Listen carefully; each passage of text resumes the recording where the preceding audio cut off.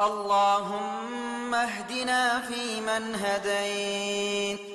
وعافنا فيمن عافيت، وتولنا فيمن توليت، وبارك لنا اللهم فيما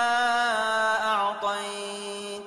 وقنا واصرف عنا برحمتك شر ما قضيت،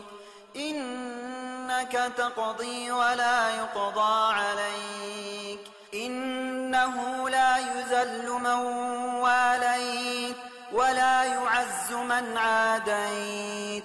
تباركت ربنا وتعاليت، فلك الحمد على ما أعطيت، ولك الشكر على ما